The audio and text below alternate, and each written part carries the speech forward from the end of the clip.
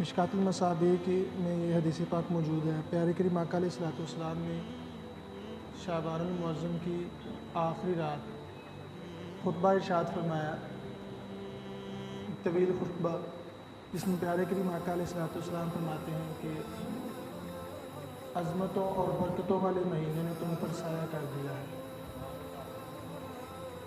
یہ کتنا بڑا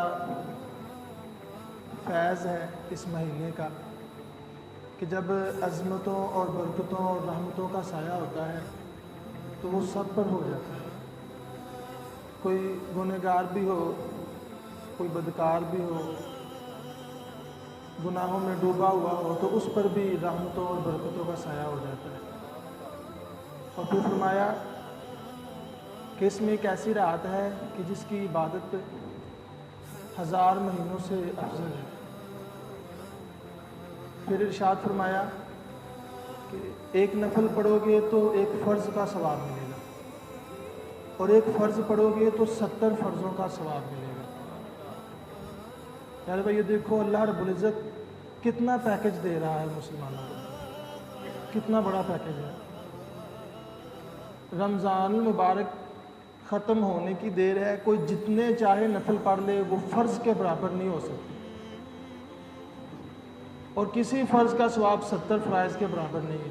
کتنا بڑا پیکج ہے، لیکن ہم پھر بھی جو ہے وہ اپنی ہی مستی میں مگن ہے، دنیا کی رنگینیوں میں اس قدر کھوئے ہوئے ہیں کہ دین اسلام کی طرف یا اللہ رب العزت کے رستے کی طرف یا اس کی بارگاہ کی طرف آنا ہمارے لیے مشکل ہو رہا ہے۔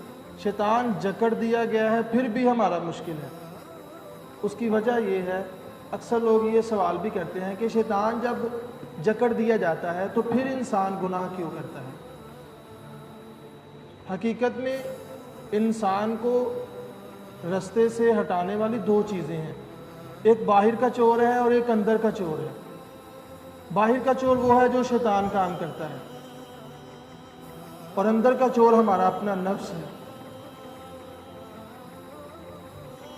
وہ نفس ہمارا جو ہے نا، وہ ہم جیسے ہی ہم اس کو گناہوں میں موٹا کر لیں گے، بڑا کر لیں گے، تو پھر شیطان کی ڈیوٹی ختم ہو جاتی ہے۔ پھر وہ ہمارا نفس ہی ہم کو گناہوں کی طرف لے کے جاتا ہے، وہی ہم کو جو ہے برے راستے کی طرف لے کے جاتا ہے۔ جب ہم اس کو پکڑ لیں گے، اس کو مات دے دیں گے، تو پھر شیطان بھی ہم کو کچھ نہیں کہہ سکے گا، کیونکہ سب سے پہلے کہتے ہیں گھر کے چور کو پکڑنا چاہیے۔ جب وہ پکڑا جائے نا تو پھر باہر کا چور جو ہے اس کو پکڑنا آسان ہوتا ہے۔ اللہ رب العزت بات کر رہا تھا کہ اتنا پیارا پیکج ہم کو دے رہا ہے، لیکن مسلمان اس مہینے میں کیا کرتے ہیں؟ میں اپنے گاؤں کی ایک بات بتاتا ہوں، چھوٹی سی مثال۔ یہ ایک جز ہے جو ہمارے معاشرے میں چل رہا ہے کام، اس کی ایک جز آپ کو بتانے لگا ہوں کہ ہر رمضان المبارک میں ان کا یہ کام ہوتا تھا کہ دودھ کو 10 روپے جو ہے وہ اس کی قیمت میں اضافہ کر دیتے۔ تو میں ان سے عرض کی کہ آپ نے قیمت بڑھانی ہی ہے، آپ بڑھائیں۔ میں آپ کو یہ نہیں کہتا کہ آپ قیمت نہ بڑھائیں، لیکن کم از کم رمضان المبارک میں تو نہ بڑھائیں۔ ہم نے یہ معمول بنا لیا ہے، اگر کوئی درزی ہے تو اس نے اپنی سلائی کی قیمت جو ہے 100 روپیہ رمضان المبارک میں زیادہ کرنی ہے۔ اگر کوئی کپڑے استری کرنے والا ہے وہ 40 لے گا، تو جیسے ہی رمضان المبارک شروع ہوگا اس کی قیمت 50 پہ چلی جائے گی۔ اگر کوئی رکشہ چلا رہا ہے تو اس کا کرایہ بھی زیادہ ہو جائے گا۔ ایون کہ ہر فیلڈ سے تعلق رکھنے والا بندہ جو ہے وہ اپنی فیلڈ میں لینے والی قیمت جو رمضان المبارک سے پہلے تھی اس سے اب لے رہا ہے، اس سے زیادہ ہو جائے گی، اس سے اوپر چلی جائے گی قیمت۔ یہ ہم احترام کر، اللہ رب العزت ہم کو کیا پیکج دے رہا ہے، لیکن ہم مسلمان ہونے کے ناطے ہم اپنے مسلمان بھائیوں کو کیا پیکج دے رہے ہیں؟ پیارے کریم آقا علیہ السلام اسی خطبے میں ارشاد فرمایا کہ رمضان مبارک کا ایسا مہینہ ہے جس میں مسلمان ایک دوسرے مسلمان کی ہمدردی کرتا ہے، اس سے پیار کرتا ہے، اس سے محبت کرتا ہے۔ بھلا آپ بتائیں، ایک بندہ جو 100 لے رہا ہے وہاں 200 لے کے کیا مسلمان سے ہمدردی کر رہا ہے؟ کیا اس کے ساتھ محبت کر رہا ہے؟ کیا اس کے ساتھ پیار کر رہا ہے؟ وہ مسلمان جو آج کھانا لینے کے لیے بھی ان کو دقت ہو رہی ہے، ان کے لیے کھانا لینا بھی مشکل ہو گیا ہے، وہ سحری و افطاری ان کے لیے مشکل ہو گئی، اس کی وجہ کیا ہے؟ صرف مسلمان اس کی وجہ بن رہے ہیں۔